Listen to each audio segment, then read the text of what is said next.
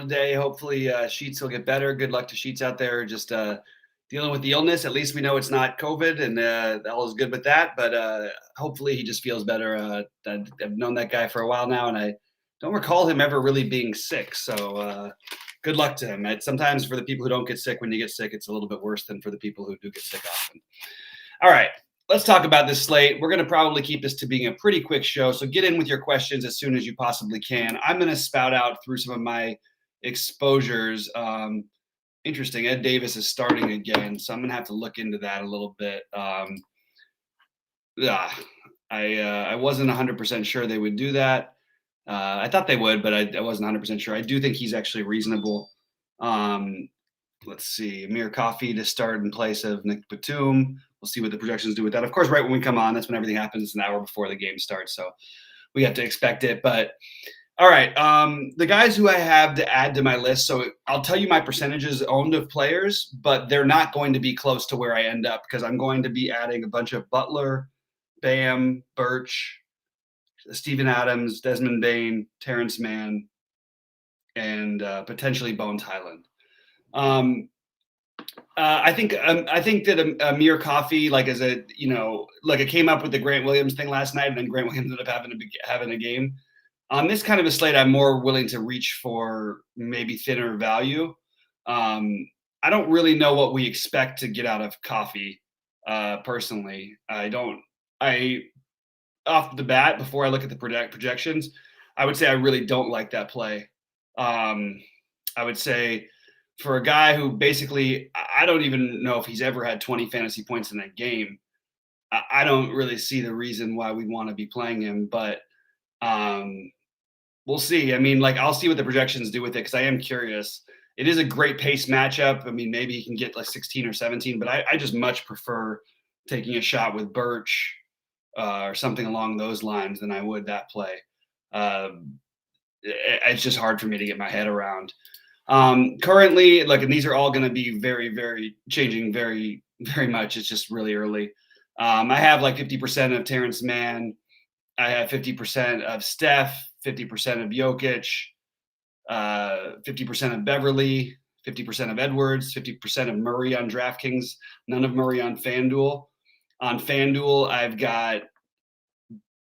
have 50% of Morant, 50% of Reggie Jackson, 50% Derek White. I have 25% Dillon Brooks, 50% Bradley Beal, 50% Desmond Bane, and Terrence Mann. Neto, I've got it in at 35%. I want to see how the starting lineup shake out before I commit to that one. Have Tobias Harris like 80% on FanDuel, none on DraftKings. I'm very fine if you want to skip the Tobias Harris play. I just have some of it. I have some Royce O'Neal, some Luke Kennard, Paul George. Those are basically my player pool as of right now before I adjust it. Yeah, I think Garland's a good play, but I don't like that the ownership got carried away on him. Early in the day, he was projecting to be so much lower. It's really weird. Okay, we played yesterday on a what was it, a 13 game slate or whatever, 11 game slate, whatever it was. Ricky Rubio was 40% owned. Darius Garland was 2% owned, and they're still the same price essentially. And Darius Garland is projecting to be 35% owned, and Rubio 25%. It's a good play. They're both good plays. I don't think it's necessarily that much better. I think Rubio is every bit as good of a play, and I liked him as a pivot off of Rubio. So I'm probably going to add some more Rubio to my love over there. I actually don't mind Dean Wade. We're sort of in that weird middling value. It's just that it's hard to compete with those minutes. I wish he shot the ball more. I wish he had a usage above 10, but yeah, it's thin. But I mean, I'm open to it. Same thing with Ed Davis. Feels a little bit thin, but I am open to it. He did put up 23 last night. He's 3,600 on DraftKings, minimum on FanDuel. So we have plenty of value options, right? At least guys who we expect some of them to hit their value. The main cash game plays are going to be guys like Patrick Beverly and Nikola Jokic, and those should be where you start your cash games in terms of the value. There's just a lot of good ones. I mean, you could include Neto. I think Bane is a really good play. I think Holiday, depending on who starts in that one. Monty Morris, who somehow seems to have been forgotten about on this slate. Monty Morris has put up 35 or more, 35 and 36 in his last 2 games. And I'm open to playing some Monty Morris. So I am going to put Morris on my list of guys to add and change. And with that said, I'm going to answer questions and go through stuff with you guys. Really appreciate you guys being here, even on a smaller slate. Looks like nobody's dropping in any questions. And if we don't get questions, I'm going to probably get out of here as soon as I can because I still got my lineups to build. I got quite a bit of stuff to do. And just sort of having things come in now. I'm going to do a refresh and see if I can get an update, but it's probably going to be at least another 10 minutes till we have an update on Amir Coffey projection. But I don't think that's a play that I'm looking that strongly at personally. But guys, drop in your questions, drop in your thoughts. What's up to Adam Perry? What's up to David? And Kevin, of course. FanDuel is a different thing when you don't need to go for these like ultra value plays because the pricing is more flexible anyway. And Darius Garland on FanDuel he's 6K over there. So I had to like consciously try to keep him out, knowing that he might end up being legitimately one of the 2 highest owned players over there. Bam is also going to be very popular on both sites, but I think is going to be especially popular on FanDuel.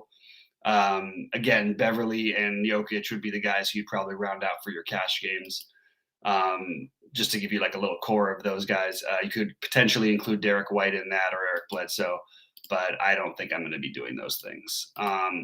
I will be playing Derek White, but I wouldn't, if I was playing cash, maybe he's just the guy who misses. I am open to it, but whatever. Jordan Poole, no one's talked about today, and just always an interesting guy on these smaller slates. You're going to get him no ownership at 6K on DraftKings. It's been a while since we've had that really good game out of him, but he does have the ability to where if he gets hot, he can light it up. And just kind of a mild interest there on a smaller slate for me. That's basically, I guess, all I have for that one. Other guys who are popping in some projections and some guys who I have in my lineups. The Aaron Gordon thing is a guy who I think in general you want to fade in these situations. We would have been right to do so almost every time. But there is a ceiling there. It's not like we can just ignore that he put up 48 the other day against Atlanta. And before anyone tries to point out outliers like, oh, he had 3 blocks and 2 steals, that's part of the game. Like that's in the bag of tricks. And by the way, take those away, he still puts up 38. And we love that for 5,100, 5,300 on DraftKings, 5,100 on FanDuel. So I like Gordon. He's actually getting lower ownership than I initially thought he was going to. So I give him a little bit of a boost up only because – well, okay, that's only if we find out for sure what's happening, which I'm not sure we will with the Denver situation. Like, you know what? Maybe I want to take back what I said about Aaron Gordon. I still think he's playable even with Barton playing. He is so cheap, but like, I don't know. It just feels like maybe a little bit too thin. I actually think that Jokic is probably, not quite as good of a play as he was. And I think that Barton's a very interesting tournament play because people have been expecting him to be out. So those are some of my just general slate thoughts. Damian Lee, I don't see any reason why we would do that tonight. Like it doesn't make any sense. Damian Lee is a good value play on small slates when no one's going to do it, but he's also been losing his minutes consistently. Hasn't played more than 23 minutes since October. I would say that Damian Lee would be a good example of a poor value play tonight. So I don't have any interest in that particularly. Guys, do you guys have interested in some of the regular plays instead of these piled off the board ones? Because I'm curious because I'm like Damian Lee, like that didn't even cross my mind, but it's because he's just not playing any minutes. Anyway, let's get back into the questions because I can't see it. I already said, yeah, I do like Terrence Mann. I did mention the Birch thing. Yes, I like Birch, especially if he's starting, but we don't have a starting lineup yet. Let's just see. Poto will start, but be on a minutes restriction. That's it. No problem, Remo. Appreciate that. Appreciate you as well. Sheets has 30% Boucher on DK and in his big lineup. I guess he really is sick. Okay, so let's talk about look, that's the kind of weird value I want to get on board with, and I don't even mind it with Damian Lee sometimes. I can see Khem Birch paying off here, But do you really think they're going to try and match Chris Boucher up with Rudy Gobert? It's going to be Khem Birch. Boucher is going to be popular, by the way. It's not like he's not sneaking past anybody. But he is a guy who can light it up, and you have to come out on him. It's just, I mean, we can go through it for the year. He is probably the widest range of outcomes. Like, it wouldn't surprise me the least bit if he scored 0 fantasy points, and it wouldn't surprise me if he scored 35. But I don't think that's what I'm the most interested in doing personally. So I will leave that up to Sheets, and good luck to Sheets on the Boucher play. It feels a little thin at 20% ownership for me. You guys, if you ask one question, just ask another one. It's hard to very hard to like see the continual stuff. I can't read the first part back. Kuminga and what could be a blowout. Yeah, 0 interest in Kuminga for me whatsoever. Sorry to keep saying this to everybody. I get it. I guess I get it. But what are we like? We're playing guys who I feel like, yeah, there's probably more of a ceiling there, but we've never seen it. And we have all these 3K guys. Why are we choosing the worst ones? Just because to get different? Okay, I can kind of get on board with some of that thinking. I just don't know if I can do the Kuminga thing. I'm open to that one a little bit because I think he's going to have some decent games here and there. But I mean, that team is loaded and deep. Like, Kuminga takes away from Lee. Lee takes away from Kuminga. Bjelica actually takes away from both of them. Porter's going to play his 20 minutes. Everybody on that team, not named Steph, Draymond, Poole, or Wiggins, is going to play like 20 minutes. And you could just name all of them. We could just go through the list. Even if it's a blowout, I don't see any – first of all, I don't necessarily think that game is a guaranteed blowout by any means. I also don't see – I actually thought Brooklyn was more likely for them to blow out than this team is. I know Brooklyn beat Cleveland, but it's just matchup thing. It's just I could see that Cleveland staying with them, especially if we had some other stuff from Cleveland. We have Cedi Osman questionable. We need to get starting lineups. It's really hard to do these until we have starting lineups. So I don't really know. The Kuminga thing you're talking about, like we have 10 teams to pick from. It's hard for me to play the 10th man on a team, but. Yeah, I guess there's upside, but there's upside for Damian Lee. There's upside for Gary Payton Jr., for Otto Porter, for Kevon Looney, for Bjelica. And we've actually seen it from everybody I just mentioned except for Kuminga, although we will see it at some point, I'm sure. But it's just, I don't know. I don't like it. Not for me. And by the way, if everybody wants to come at me like the Grant Williams thing last night when I got wrong, I'm going to be wrong sometimes. It's going to happen. Every player can put up 30 fantasy points that's going to get 20 minutes. Every single player, basically. Even Grant Williams. But it doesn't mean it's the right play. Do I like anyone on the Raptors with no OG? So I do actually. I think the Raptors are the team that's most in danger of really just getting throttled. But I think Van Vliet and Siakam, I think I'd give the edge to Siakam. And I think Scotty Barnes is a really good mid-tier play. But I would rather play these guys in close games. So I'm playing Birch. I guess that answers that question. Birch is the one I'm siding with the most. Not my favorite game that game. Thoughts on Zubac on DK? Again, I would like to let me just see what they did with the coffee thing, because I saw that he's starting. I know it says for Batum, but we had Kennard projected, so I'm just guessing. Let's see real quick. So yeah, it's instead of Kennard, obviously. I actually like Kennard a lot for tournaments now. That's a really good spot for Kennard and Mann off the bench. Ooh, that might actually be something you could even play both those guys and Hartenstein. I mean, that's a bench interesting. I do like Zubac. It's a terrible matchup, but they're going to need some size. I prefer Steven Adams to Zubac is what I would say. Maybe wider in the range of outcomes, but, just put up 40 the other day. And I think I'd give the edge to Adams is where I stand on that one, I guess. So it looks like Osman is out, you're saying, Kevin Wise. I'll double check that, but I believe you're right. Adams is interesting. X Factor, I'm just catching up on questions. Got that one. Talked about Korkmaz earlier. He played even a blowout last time. I like that play a little bit. Nacho Man, I can get behind the Korkmaz. So Osman being out, now we just need because I had Osman still as questionable on my sheet, but I will try and rerun my projections and see what we come up with before I get out of here. Yeah, we know. Let's see, Batum's out. Chetty, everybody's throwing the Chetty out. I like Butler a lot as well, Kevin. Let's see. Yeah, the Coffee was starting. We already knew that. We knew that at the beginning of the show.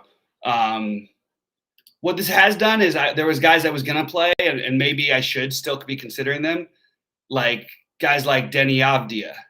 I don't think I'm going to be playing as much Denny Avdia because we have all this other value, but it doesn't mean Denny Avdia is a bad play. I mean, this guy, he obviously shot well in that game, but he put up 32 a couple games ago. He's had 10 and 11 rebounds each of the last, 2 games. Could be a good spot for him as well as another value play. Maybe in addition to some of the guys we've talked about. I don't think he's necessarily a better one, but he certainly, is going to be, 1/8 the ownership of some of these guys, or 1/5 the ownership, I should say. All right, let me see if I got some projection updates for you guys. I know that everybody, it's not my entire strongest suit to do the NBA alone. I really don't like doing solo shows, live ones. Happy to record a 5 or 10 minute video after going through getting all my thoughts on the slate, but I really hate solo shows and right before lock and stuff. It just doesn't feel right. Delano Blanton is another one we didn't talk about. I'm gonna pass, but I actually could see that being a good play. I like that guy. Like he's a creative player, but he's got a very wide range of outcomes too, and I don't know if he's got the ceiling that I want. So I think I'll skip that one. But Boucher is popping on these projections. Amir Coffey is actually looking higher up than he would be. I would avoid the Amir Coffey thing personally. I don't see that as they do play well with him on the court. If there's one good thing you could say about him, but I mean, he does zero. He does absolutely nothing. I don't think he's going to play any more minutes than he did the other night. Another guy, Jared Vanderbilt, we haven't talked about, who actually is productive per minute occasionally. I don't understand why the projections have him as the ownership they do. I don't buy it. Jeff Green is another one that I'm okay with passing on. And the guys I'm spending up on are going to be the same ones like that we talked about. Jokic, I like all of them, but I've got exposure to all of them. But I like Beal better on FanDuel, and I'm not playing him on DraftKings. I really like the Ja Morant, Paul George back and forth on FanDuel more than I do on DK, and I like the Curry. I like the Curry play a lot. I think Gobert is really strong. Even in a blowout, I just think that Gobert, I mean, we saw it the other night, they blew him out and Gobert still put up 48. Gobert seems, I don't know why he's getting so overlooked tonight. Like, I love Gobert, actually. If he's really going to be 10 to 15% owned, I love him. I will still mention that Royce O'Neal is another sneaky little one, but not as relevant as he was because of some of the value that has, in fact, opened up. And, I mean, these guys in the front court, like, with I don't understand why I still got Chetty in. I need to get these projections updated because with Chetty out, I mean, Dean Wade is going to play a ton of minutes. What's his name is going to play a ton of minutes. I mean, it's going to Garland and Rubio are going to have 50% usage each. Oh, there we go. It's finally updated. Sneaky play. If you want to go for a home run play that's sneaky, it's Denzel Valentine, in my opinion.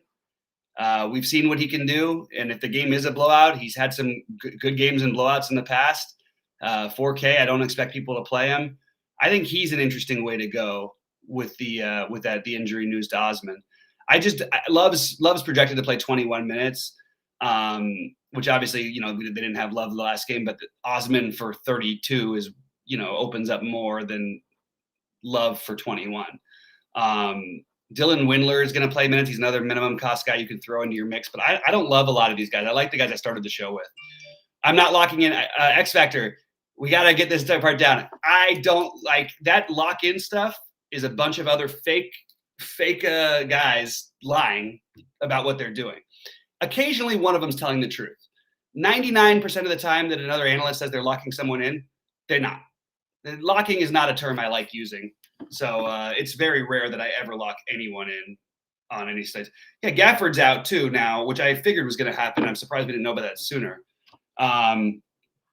So why would they, why did they have Gafford as I got to get a new projection thing because I had Gafford as probable after he was downgraded to questionable today. And I'm like, why is he probable? What made him probable? So with no Gafford, terrible matchup, but it does open up Montrezl Harrell. Yeah, that's what I got. It's gonna Harrell playing minutes is something we love, but it's a terrible matchup. I still will probably get a little bit of it. It's a back-to-back also for Harrell, which for a guy who doesn't play a ton of minutes, in general, he only played 22 minutes yesterday. Awesome point per minute guy in general, just like phenomenal. So I think we could get behind the Harrell thing. I think I'm going to have to get behind some Harrell for sure. But then again, everybody else is going to as well. So it's going to be one of those where all the projection systems are going to be completely wrong when it comes to projecting ownership today. So Bam is even better now. No, I don't think that makes any difference whatsoever for Bam. I mean, we could say Gafford. It really means nothing to me about Bam. I liked Bam already as a good play. Cordell Patterson and Christian Blake are officially inactive. Okay, that's going to open up that running game that I want no part of in the other situation tonight in the football. But anyway, all right, I digress. So let me do something real quick. I've got a couple things I need to take care of here with my lineups for sure, because that is very strange that I don't have that in there. All right, guys, pop in any last questions. We're going to be here for another few minutes, but I'm going to get out of here right after that. So pop in anything you've got right now. I would love to get out of here as soon as possible so I can finish my lineups. Let's see. All right, I'm just taking a quick look and see if any other projections updated.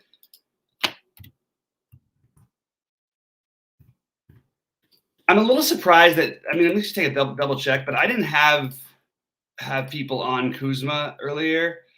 And it's not that I love Kuzma, but like, I do think he gets a boost. There's definitely upside with the way that he plays. Obviously has some familiarity with this Miami team.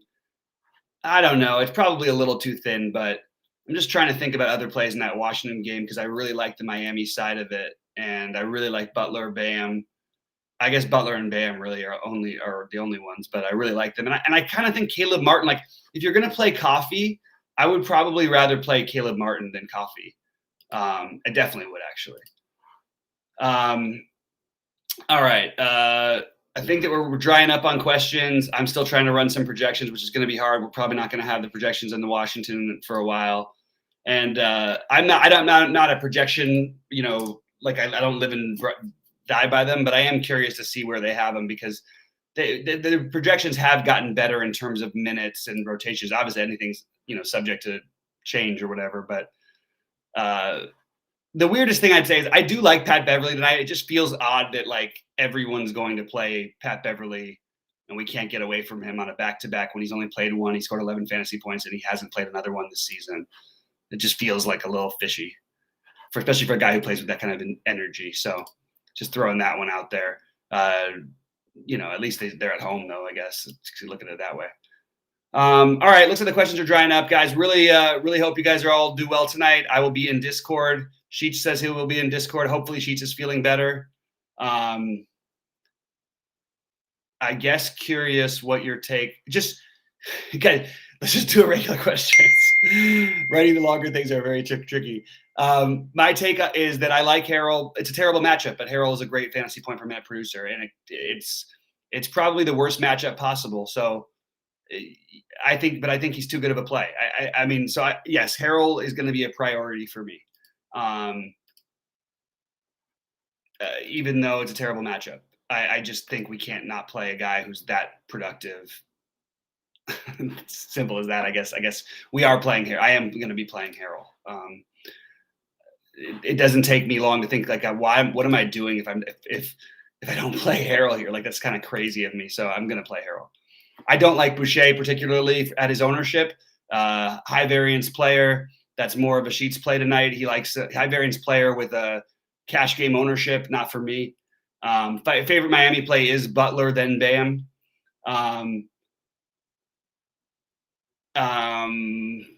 Yeah, that's all I got, I guess. Guys, I think we're going to get out of here pretty soon. And I really hope that somebody takes something down tonight. I'm sorry if I'm seem a little agitated. I'm just feel like I'm trying to figure out this slate as we go still, because as you know, it happens sometimes in basketball. It's like you're really figuring it out all through the night. Tonight, at least, it only goes till 9 Eastern time.